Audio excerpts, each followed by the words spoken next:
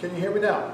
And I apologize to you for last week for not being able to hear me, and also for my sermon to have gone so long last week. I'm sorry. Today's a little shorter. So Solomon is king. He has just taken as a wife the Pharaoh of Egypt's daughter. Solomon was the son of King David. He probably was one of the richest men in the world, maybe even a trillionaire. So God says to him, ask what I should give you. Now Solomon could have asked to live forever. Just the other day I came across a fairy in the woods and she promised to grant me one wish. So I asked to live forever. And she said she could not grant that wish. So I asked her to let me die the day after Congress was filled with honest, hard-working, bipartisan men and women who act only in their citizens' best interests. And I'm still here, aren't I? But Solomon could have asked for anything. And he asked for an understanding mind to govern your people, able to discern good from evil. Remember last week's sermon, good and evil? That is a much more clever ask than mine was to the Pharaoh. Now I think Solomon realized that if he gets his ask, he might need to make decisions for God's people that might not be in his immediate earthly interests. So maybe Solomon does not care so much about earthly interests. Or maybe he has all the earthly interests he could ever want. He had all the riches a second-generation king could have. He had 300 concubines and 700 wives. Goodness. I imagine he did not celebrate all of his wedding anniversaries. So wisdom is the term used to describe Solomon's ask. According to the Cambridge Dictionary, wisdom is the ability to use your knowledge and experience to make good decisions and judgments. The important term here is the word use. The difference between knowledge and wisdom is that knowledge is just the facts, while wisdom is knowing what to do with the facts in a good way. And so we use our senses to gather the facts, process them in our brains, hearts, souls, and then take the risk of doing something with the conclusions, or not. But our senses can be deceiving, and more so in this day and age of AI. Here are a few old school examples of differences in perception not generated by AI.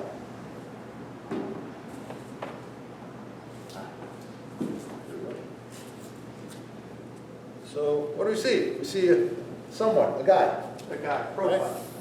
Turn it upside down and you see A lady. A lady. a woman, right? Same picture. Huh. Huh.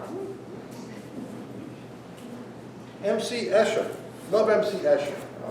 Here you see the waterfall. Water is falling down and then it flows somehow back up to the top of the waterfall. How does that happen? Yeah. Right?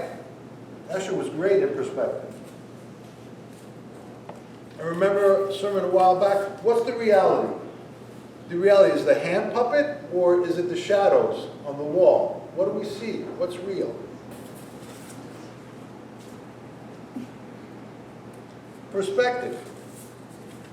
This guy sees 4 pieces of wood, and this guy sees 3. Who's right? They're both right. Maybe neither. And here's a beautiful princess, right? Oh.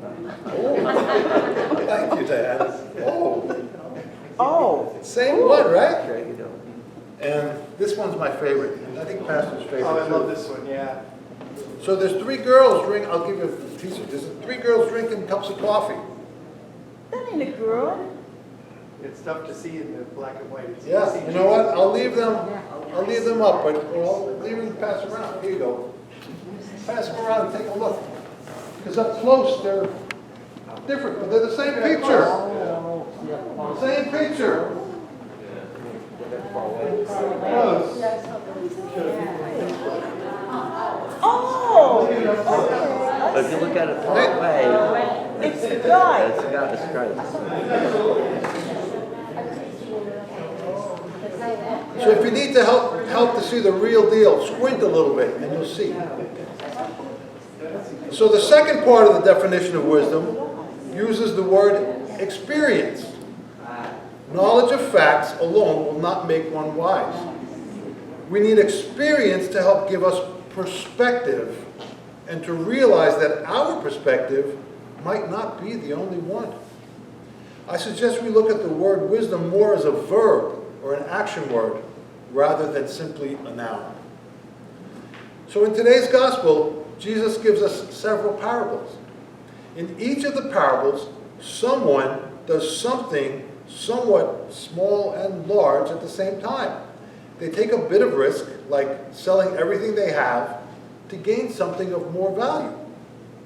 But it's not only the selling of everything they have that gets them what is valuable. They must then do something, invest in or buy something else or do something.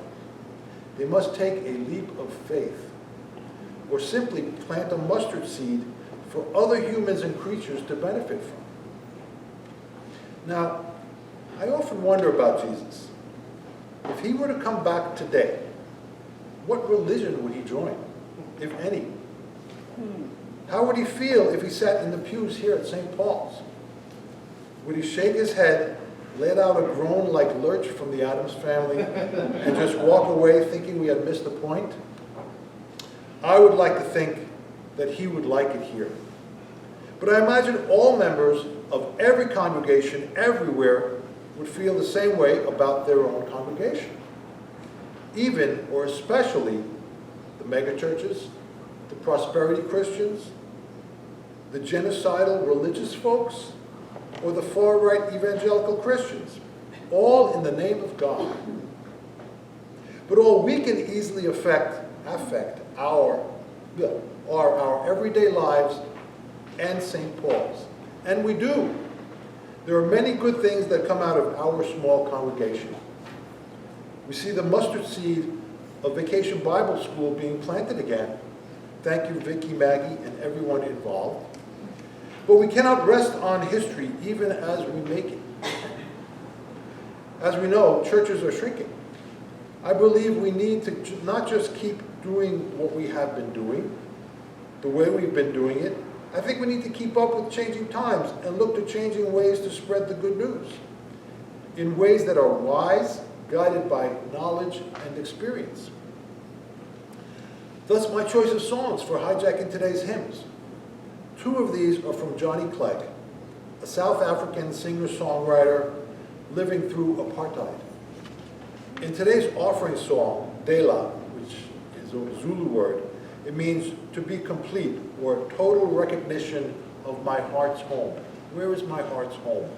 When do I feel complete? Could this be with God? I think so. According to AI, Rolling Ocean, which is another song, explores themes of spiritual guidance through hardship and the contrast between seeking power versus seeking freedom. Let us dare to be different. And Johnny Clegg wrote, the long-term hope for South Africa is not in its politics, but it's in its people. I think the same thing in today's America. It's not in our politics. That's not where our hope lies. It's in ourselves, our people. We are not living in apartheid yet. Let's keep it that way. Remember, even in the word hopeless, there's hope. To be or not to be is not the question. The question is to do or not to do. The rock that lies idly in a field is able to be just a rock. The rock that is used as a tool, or better yet, as a building stone, perhaps on which to build a church, is far more useful. And not that we should live in constant fear that we might be doing something wrong. I do something wrong every day. We certainly might be. So we should always check ourselves and our actions. We should simply look to Christ and try to understand how he would look upon our actions. Our futures are blank pages, as yet unwritten. Let's make some good stories and do so wisely. Simple, right? Thank you. Amen. Wow. Thank you, Johnny. ready for the, aha, Ah, yes, our hymn of the the day. sermon hymn.